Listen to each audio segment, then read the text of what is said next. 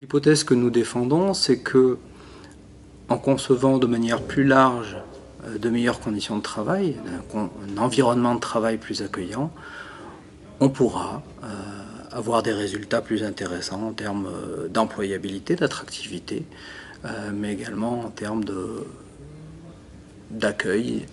des nouveaux et de maintien de ces personnes-là dans les organisations. Nous allons développer ensemble des exemples autour de 3 projets. Le premier autour des gestes professionnels, le second autour de la conception des espaces de travail des organisations, et enfin le troisième autour de la conduite de projets d'investissement. L'idée étant qu'en articulant ces 3 niveaux, chaque fois que l'occasion se présente, on a probablement un maximum de chances de rendre le travail attractif pour les salariés. Expliquer comment changer de posture parce qu'elle serait plus favorable est souvent très artificielle et pas mise en œuvre par les opérateurs parce que ils n'ont pas accès aux différentes dimensions de compréhension du geste professionnel. Un droitier, un grand, un petit ne vont pas devoir réaliser le travail de la même manière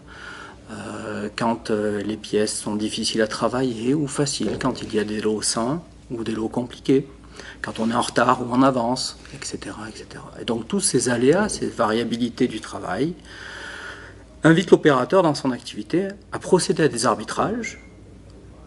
pour tenir la cadence, pour se protéger, pour faire bien son travail, des arbitrages qui méritent d'être compris afin d'accompagner la prise en main, j'ai envie de dire, de son travail. On conçoit le travail, les conditions de travail, les espaces et les organisations à partir du travail tel qu'il devrait se présenter. Et en fait, les travailleurs, eux, gèrent leur situation de travail telle qu'ils se présentent. Du point de vue de l'organisation, nous avons par exemple un projet qui montre que la possibilité pour l'opérateur de solliciter une aide, un conseil, mais boire aussi, pouvoir s'hydrater, est essentielle dans la manière dont il va vivre le travail, dans la manière dont il va avoir la capacité d'assurer à la fois une productivité, une cadence, mais aussi une activité qui rencontre les objectifs de qualité. Donc la façon dont sont conduits les projets a des conséquences sur comment sont accueillis les nouveaux arrivants et comment concrètement s'effectue le travail pour tout le monde. En d'autres termes,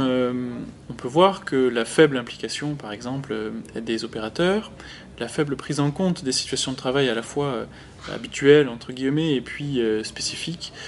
fait que derrière, le travail s'effectue de façon plus difficile et qui entraîne le fait que